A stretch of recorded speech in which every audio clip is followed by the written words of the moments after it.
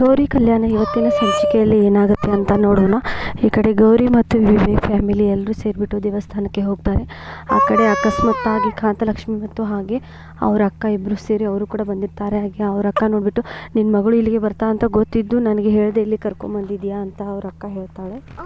ನನ್ನ ಮಗಳು ಇಲ್ಲಿಗೆ ಬಂದಿದ್ದಾಳ, ನನಗೆ ಗೊತ್ತಿಲ್ಲ ಎಲ್ಲಿದ್ದಾಳೆ ನನ್ನ ಮಗಳು, ಏನು ಹೇಳ್ತಿದ್ಯಾ ಅಕ್ಕ ನೀನು ಅಂತ ಕಾಂತ ಕೇಳ್ತಾಳೆ. ಆ ನಂತರ ಅಲ್ಲಿ ವಿವೇಕ್ ಗೌರಿ ಅವ್ರ ಮನೆಯವರೆಲ್ಲರೂ ಸೇರಿ ಅಲ್ಲಿ ದೇವಸ್ಥಾನಕ್ಕೆ ಬಂದಿರ್ತಾರೆ. ಅವರೆಲ್ಲರೂ ಬಂದು ಅಲ್ಲಿ ಪೂಜಾರಿ ಹತ್ರ ಹೋಗ್ತಾರೆ. ಅವರು ಇವ್ರದ್ದು ಹೊಸದಾಗಿ ಮದುವೆ ಆಗಿದೆ, ಇವ್ರಿಗೆ ಪೂಜೆ ಮಾಡಿಕೊಡಿ ಆಚಾರ್ಯರೇ ಅಂತ. ಅಷ್ಟರಲ್ಲಿ ಸರಿತಾ ಪೂಜೆ ತಟ್ಟೆ ತೊಗೊಂಡ್ಬಿಟ್ಟು ಆಚಾರ್ಯರೇ ಇದು ನನ್ನ ಮಗ ವಿವೇಕನ ಹೆಸರಲ್ಲಿ ಅರ್ಚನೆ ಮಾಡಿಕೊಡಿ ಅಂತ ಹೇಳ್ತಾರೆ. ಅಷ್ಟರಲ್ಲಿ ಅಜ್ಜಿ ಏನು ವಿವೇಕ್ ಹೆಸರಲ್ಲಿ ಮಾತ್ರನಾ, ಗೌರಿ ವಿವೇಕ್ ಇಬ್ಬರ ಹೆಸರಲ್ಲಿ ಮಾಡಿ, ಇವ್ರದ್ದಿಬ್ಬರು ಹೊಸದಾಗಿ ಮದುವೆ ಆಗಿದೆ, ಯಾವುದೇ ತೊಂದರೆ ಆಗದಾಗೆ ಇವರಿಬ್ಬರು ಹೆಸರಲ್ಲಿ ಪೂಜೆ ಮಾಡಿಕೊಡಿ ಆಚಾರ್ಯರೇ ಅಂತ ಅಜ್ಜಿ ಹೇಳ್ತಾಳೆ.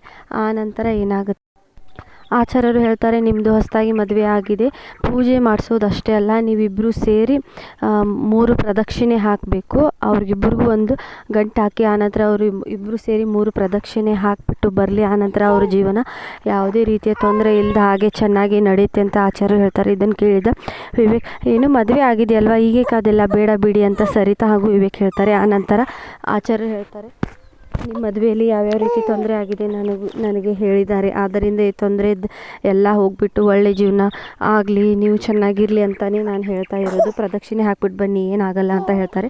ಆನಂತರ ಅಜ್ಜಿ ತಾತ ಅವರೆಲ್ಲರೂ ಸೇರಿ ಇವ್ರನ್ನ ಒಪ್ಪಿಸಿ ಇವ್ರನ್ನ ಪ್ರದಕ್ಷಿಣೆ ಹಾಕೋಕ್ಕೆ ಅಂತ ಕಳಿಸ್ತಾರೆ. ಹಾಗೆ ಅವರಿಬ್ಬರು ಅಲ್ಲೇ ಸಣ್ಣ ಸಣ್ಣ ಜಗಳ ಮಾಡ್ತಾ ತುಂಟಾಟ ಮಾಡ್ತಾ ಪ್ರದಕ್ಷಿಣೆ ಹಾಕ್ತಿರ್ತಾರೆ.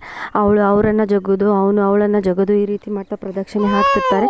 ಆಗ ಗೌರಿ ಒಂದು ಪ್ಲ್ಯಾನ್ ಮಾಡಿಬಿಟ್ಟು ಬೇಕು ಅಂತಲೇ ಕಾಲು ಸ್ಲಿಪ್ಪಾಗಿ ಬಿದ್ದೋಳ ಥರ ಆ್ಯಕ್ಟ್ ಮಾಡ್ತಾಳೆ. ಬಿದ್ದ ನಂತರ ಅಲ್ಲಿ ಅಜ್ಜಿ ತಾತ ಅವರೆಲ್ಲರೂ ಬಂದುಬಿಟ್ಟು ಏನಮ್ಮ ಏನಾಯಿತು ಅಂತ ಕೇಳ್ತಾರೆ. ಅದಕ್ಕೆ ಇವರು ಸ್ಪೀಡಾಗಿ ಜಗ್ಬಿಟ್ರು, ನಾನು ಕೆಳಗಡೆ ಬಿದ್ದುಬಿಟ್ಟೆ ಅಜ್ಜಿ ಅಂತ ಹೇಳಿಬಿಡ್ತಾಳೆ. ಅಷ್ಟರಲ್ಲಿ ಆಚಾರ್ಯ ಬಂದು ಈ 3 ಪ್ರದಕ್ಷಿಣೆ ನೀವು ಹಾಕಲೇಬೇಕು, ಹಾಗಾಗಿ ಏನಪ್ಪ ನೀನು ಅವಳ ಗಂಡ ತಾನೇ, ನೀನು ಅವಳನ್ನ ಎತ್ಕೊಂಡು 3 ಪ್ರದಕ್ಷಿಣೆ ಕಂಪ್ಲೀಟ್ ಮಾಡಲೇಬೇಕು ಅಂತ ಆಚಾರ್ಯರು ಹೇಳ್ತಾರೆ. ಇದನ್ನು ಮಾತು ಕೇಳಿದ ವಿವೇಕ್ ಏನು ನಾನು ಇವಳನ್ನ ಎತ್ಕೋಬೇಕಾ ಅಂತ ವಿವೇಕ್ ಹೇಳ್ತಿರ್ತಾನೆ. ಆನಂತರ ಈ ಕಡೆಯಿಂದ ಕಾಂತಲಕ್ಷ್ಮಿ ಇವರಿಬ್ಬರನ್ನ ನೋಡಿ ತುಂಬ ಖುಷಿ ಪಡ್ತಿರ್ತಾಳೆ. ದೇವ್ರು ಏನೇ ಮಾಡಿದ್ರು ನನ್ನ ಮಗಳು ಹಳೆಯನ್ನು ಚೆನ್ನಾಗಿಟ್ಟಿರಲಿ, ದೇವ್ರು ನಾನು ಮಾಡಿ ತಪ್ಪಿನ ನನ್ನ ಮಗಳಿಗೆ ಶಿಕ್ಷೆ ಆಗಬಾರ್ದು ಅಂತ ಕಾಂತಲಕ್ಷ್ಮಿ ಹೇಳ್ತಿರ್ತಾಳೆ.